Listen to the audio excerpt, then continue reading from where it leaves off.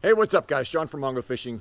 So today I want to talk to you guys about something different. It's not going to be fishing related. It's going to be kind of my thoughts, maybe some funny stories, I don't know, whatever, regarding Afghanistan. We all know it's a giant shit show going on right now. I'm not going to get into the politics of it.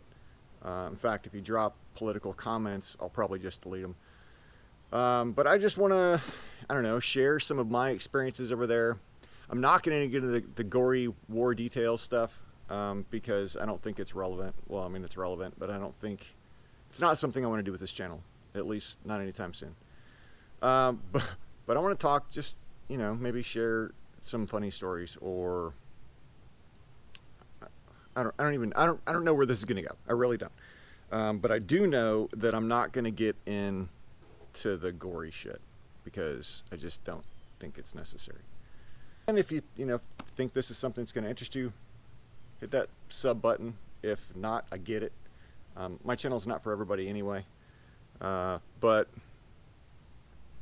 who am I? For those of you who don't know my story, I did 25 years in the military, active duty. I spent 20 of those as an explosive ordnance disposal tech, EOD. That's the military's version of the bomb squad. So every time you'd like see the news or whatever talking about Iraq and Afghanistan, and they talk about the IED, which is the #1 killer, the roadside bomb, it was us that would have to go disarm it, or do post-blast analysis, after a suicide bomber or whatever. You're trying to recover evidence so we can take down the network, right? You got the bad guys that make the bombs and the emplacers and all that stuff. That's the network, and our job was to ultimately take down the network. But because of that, we were a low density, high demand career field, meaning that there's not a lot of us and everybody wants us. So that gives you the opportunity to work with everybody over there. US troops, foreign troops. I work with Dutch, the Brits, the Gurkhas, Aussies. For US, you had the regular Joe Schmo, Army guy, or assigned to a Marine unit, or I've worked with everybody from, like I said, the Joe Schmoes to very, very elite units. EOD is not a special operations career field, but we did do our fair share of running and gunning with those guys, the big bushy bearded snake eaters. So I did 7 deployments.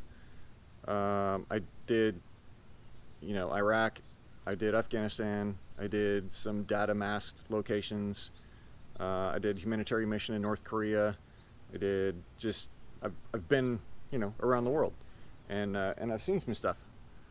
And so, I don't even know where I want to take this. Okay, so let's just tell some funny stories. Let's do that. Let's tell some funny stories. So, or funny to me at the time, or frustrating. I don't even know. Whoop, almost just fell over. Okay, so Afghanistan 2007. I was in Kandahar. We went and did this operation called Operation Spin Gar up in Uruzgan province. Kandahar is down in RC South, and then Uruzgan is the next province north. Still in RC South, but we went up and did Op Spin Gar. You can Google it. It was a pretty big operation in the Baluchi Valley.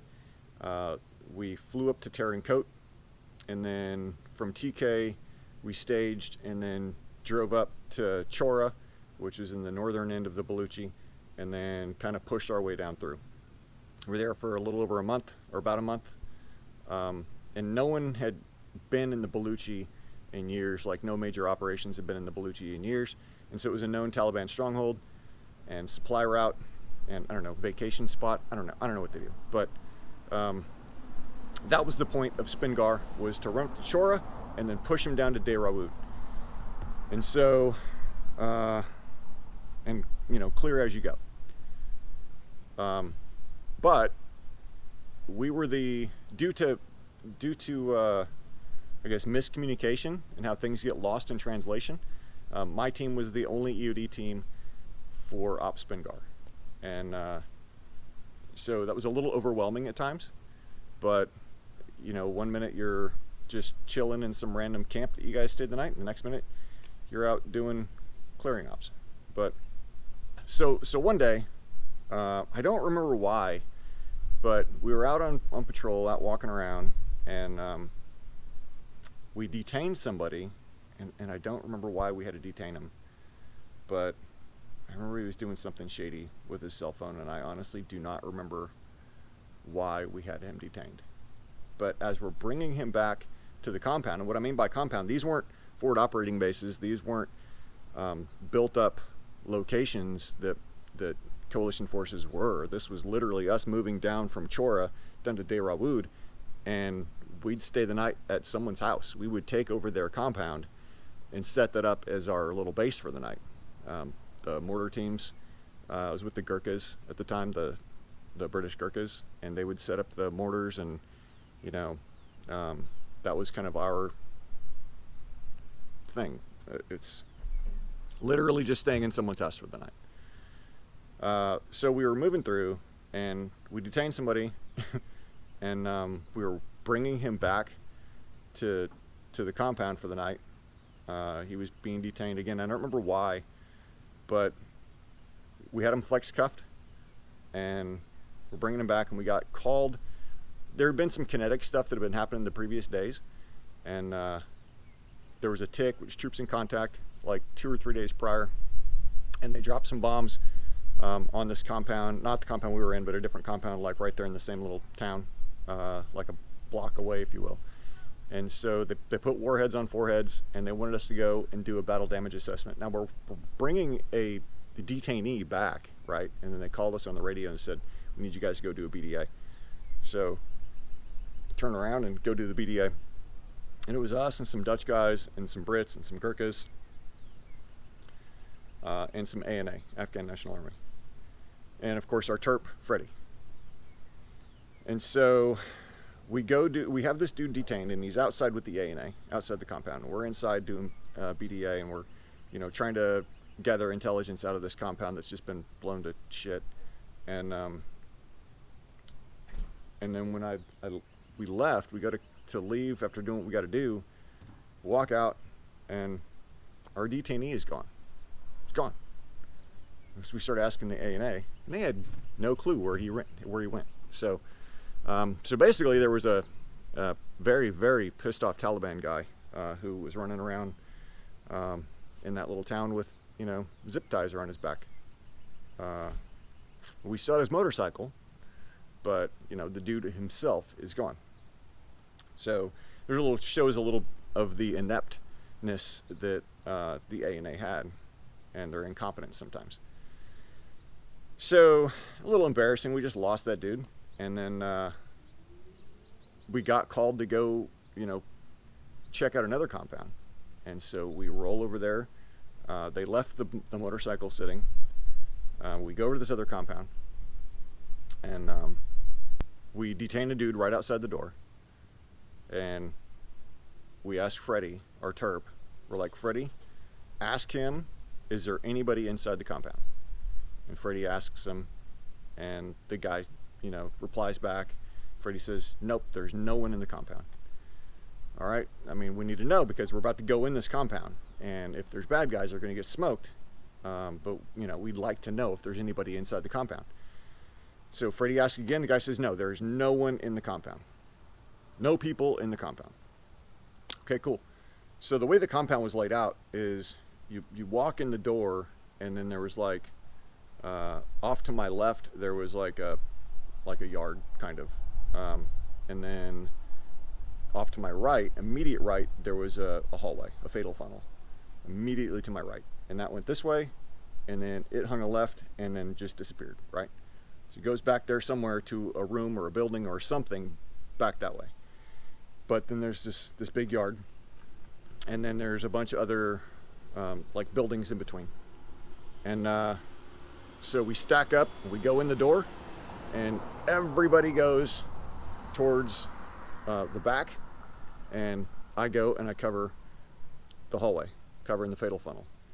And so I've got the main entrance directly behind me, where we have a detainee, the guy that we had just stopped his compound. We have a detainee with Freddie and some A&A. They're behind me, outside the compound. And like I said, I've got this hallway covered. And so the guys come running back out, and they're like, Freddie, ask him again who the f is in this compound. And Freddie asked again, said there are no people in the compound. Freddie, we can hear voices. There are people in the back room. We can hear them. We can hear them moving around back there. We can hear voices. There are people in this compound. Ask them who is in the compound. Freddie asked him again. There are no people in the compound. He said, damn it, Freddie. We know for a fact there are people back there. We can hear them talking. We can hear them rustling around. We know there are people. So Freddie asks again, and then looks back at us and says, he says there are no people, just women and children. Think about that for a second. So had we not asked, we wouldn't have known that that room was jam-packed full of women and children, because they're not people. So we kept pressing the issue, and they finally spilled the beans that there are no people, just women and children. And thank God we got that intel, because guys go back in and they clear, and of course I'm still covering the fatal funnel because, you know, what if we've been lied to again? And sure as shit, the first person that rounds that corner is a little girl, and she's like 5, 6, 7, I don't know, little girl, and she came running around that corner. And you know, I didn't shoot. She wasn't a threat, but that's because I was kind of expecting a little kid to come running out after finding out that that room was full of women and children. And I'm really glad we got that intel, or got the truth, because man, that could have gone so bad in so many different ways. But it didn't, because, you know, I didn't smoke her, thank God. But, you know, it was kind of funny looking back, because, you know, there are no people, just women and children. Funny that we lost a detainee because the A&A was so incompetent. And then when we walk back out of the compound, after everything is said and done, and it's just women, and we kind of search the compound, we put them in the center. We search the compound, don't find what we're looking for, and walk back out, and there's Freddie and the A&A, and our detainee is gone. So the A&A let a second detainee go that day. Super frustrating, but that's the incompetence that sometimes we had to deal with. It is what it is. Guys, you know, if this is stuff that interests you, drop a comment, let me know. I have a bunch of stories. I don't know what I want to share and what I don't want to share. I do know what I don't want to share. I don't want to share the blood and guts. I just don't want to get into that. It took me a long time to bury some of those memories, and I really don't want to bring them back up. So anyway, I don't know, drop a comment. If this is something you guys think you'd want to hear more of, then let me know. Thanks, guys. Thank you very much for watching. If you're new to the channel, please hit the subscribe button right down there. If you enjoyed it, drop a comment, hit a thumbs up. Again, guys, thank you very much for watching. As always, get on the water, be safe, and go stick some lips.